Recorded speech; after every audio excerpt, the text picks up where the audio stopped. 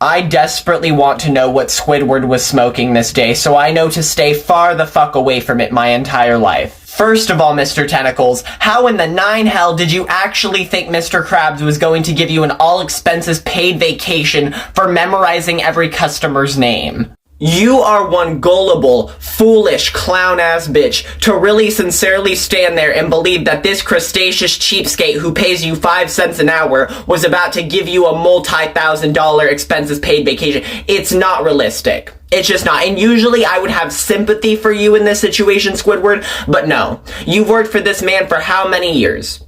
How many goddamn years, and you have not learned your lesson? And what is even further beyond me is how in the fuck you thought it was appropriate in your pathetic attempt at self-gratification to walk over to this man minding his own business and harass him, demanding he tells you his name.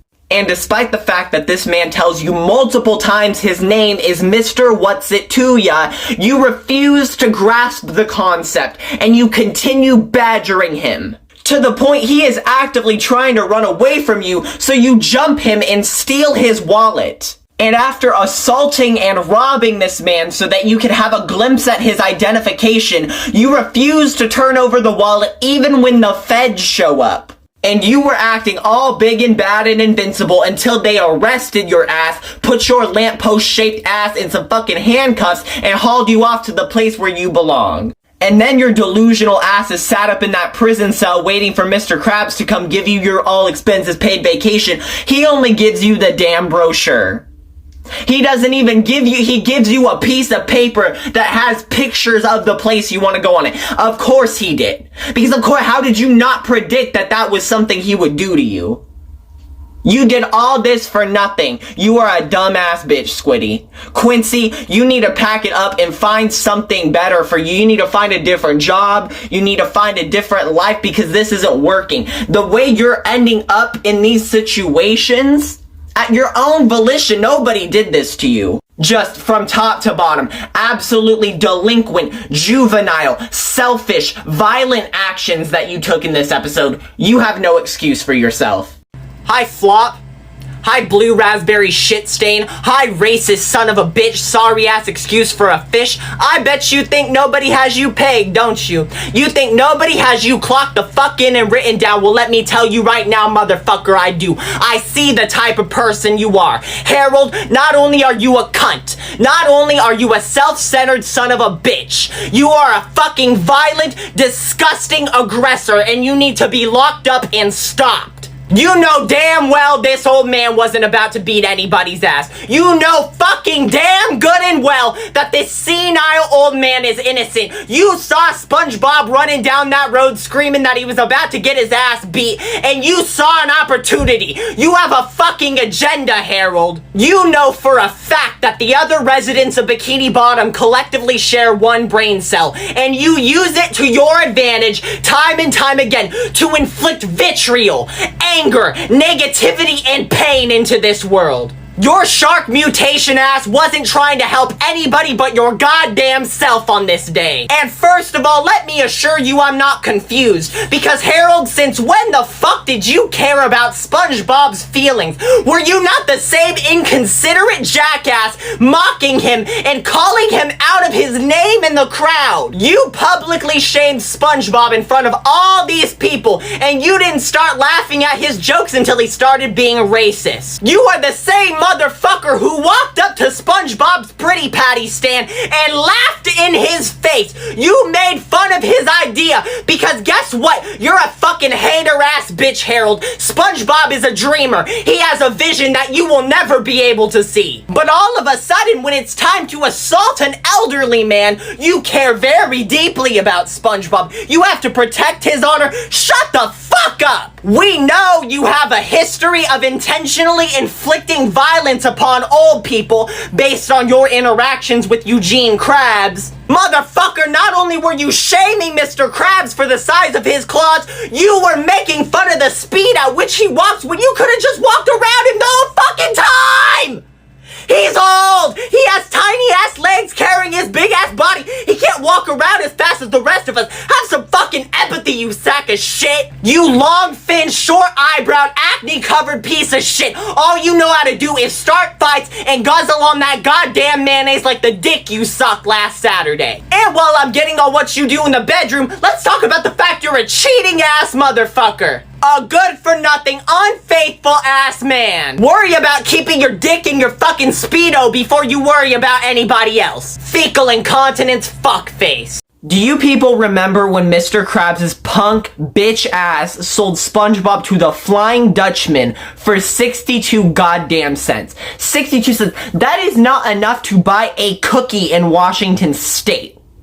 And you sold SpongeBob to be banished to Davy Jones' locker for eternity for 62 fucking cents. You go fuck yourself, Mr. Krabs. You're a dirty ass bitch. You're a rotten, paste-faced piece of shit. And here's where I have a problem with you, Mr. Krabs, personally, because I have a problem generally with everybody who hoards their wealth, who is very greedy about money, who underpays their employees. But here's the thing about most of them. They're kind of smart about it. They make decisions that will make them more money in the future. No, Mr. Krabs, what you did here was a moment of instant gratification. You saw a shiny 62 cents, and you're such a fucking money addict, you go completely fucking feral and just want to suck off a quarter every time you see it, that you sold your core employee to the Flying Dutchman, you piece of shit, you rancid sack of garbage. And you play yourself for a fool, cause we've seen you and Squidward try to make them fucking patties, and you both suck ass, you're terrible at it. SpongeBob is the only bitch keeping that fucking place together. Squidward doesn't give a fuck, and I'm glad Squidward told your ass what the fuck was true and what was not after the matter, and he made you change your fucking mind, change your tune, because you're a fucking stupid ass bitch, Mr. Krabs. You're a real dumb motherfucker.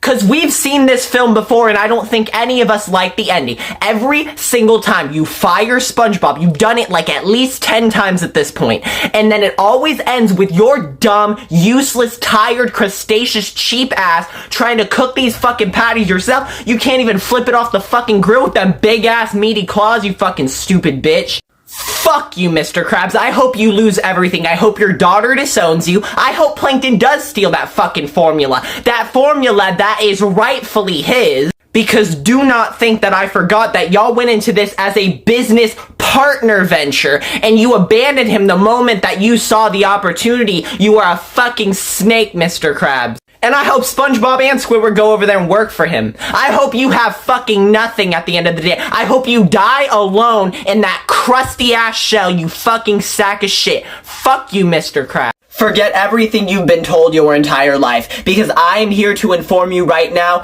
that this motherfucker right here is a fraud. F-R-A-W-D. Fraud. As the fable tells it, Mr. Krabs and SpongeBob thought this man was a fake health inspector, but he turned out to be the real deal all along. That is a fucking lie. The only evidence backing up the idea that that fish is a real health inspector seems to be the fact that this one was fake and was caught in his crimes. However, this quite clearly does not prove anything, considering there could just be two health inspectors who are fake. In fact, they could have been working together. I can't possibly blame Mr. Krabs and SpongeBob for thinking this man is a fake, because the moment he walked in, it was written all over his face. And if you're still skeptical, let me peg you this question. Have you ever worked at a food place when a health inspector came to visit? As a person who has worked in food customer service since I was 16 years old, I can tell you right now, a health inspector does not do any of the shit this man did. First of all, let me point out the fact that a health inspector does not come into a restaurant to eat. A health inspector comes into a restaurant to inspect. And they definitely don't come in and force the staff to make one of everything on the menu followed by an extra Krabby Patty just to pass. For fuck's sake, this man doesn't even go to the back of the restaurant. That's where a health inspector does the inspecting. How is a health inspector supposed to be able to tell anything about the food being adequately prepared just from eating it? If that were the case, literally any consumer could do their own health inspection. The government cannot just send somebody in and force you to serve them a bunch of food. A health inspector's job is to go to the back and see if the soap dispensers are in place, see if the water is running the right temperature, see if the food is adequately stored at the right temperature. That kind of stuff. It has nothing to do with consuming the food. And furthermore, the fact that he takes one bite of food that isn't adequately prepared and starts choking to death is proof he's a fucking fake.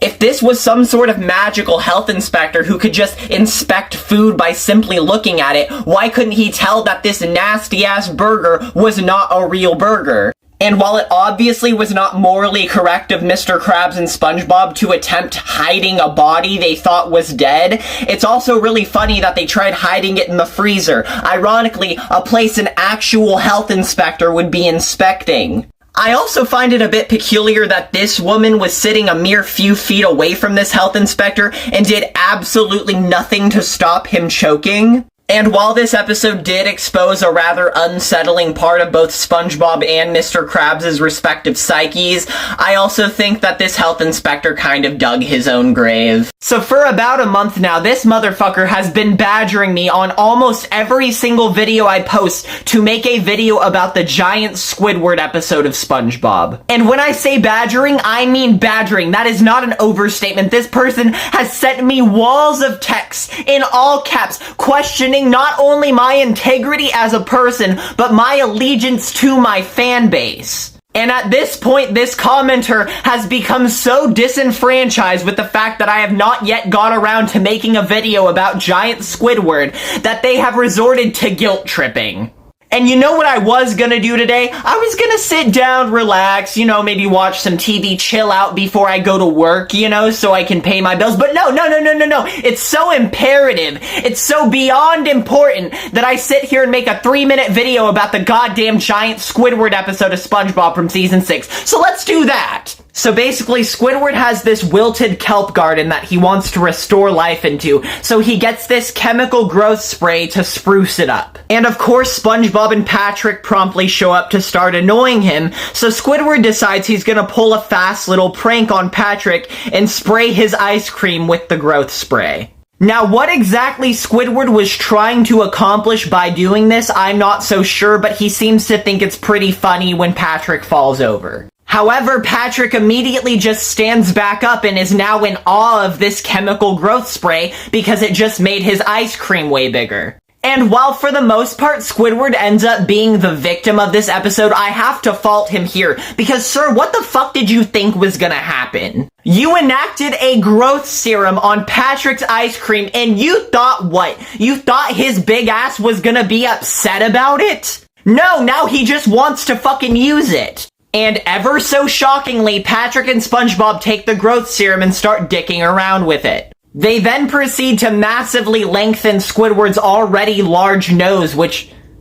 Okay, hear me out. They literally just leave him like that and then go on to terrorize Gary, as well as Mr. Krabs, but honestly that's what he gets for being a filthy exploiter of capitalism. They then attempt to rectify Squidward's nose BBL by enlarging the rest of his body. He then becomes a giant. He then enters town and of course all the mouth-breathing bikini bottomites think he's a monster. Then these fucking sociopaths tie him up and try to murder him. He then has to resort to doing labor for people in order for them to not kill him. But then he forgets to say bless you when this guy sneezes, so they try to murder him again. He becomes exiled from society. Then SpongeBob and Patrick feel bad, so they make him a giant clarinet. But then the serum wears off the moment he tries to play it. And it turns out they used his kelp to build it. There you have it. Wasn't that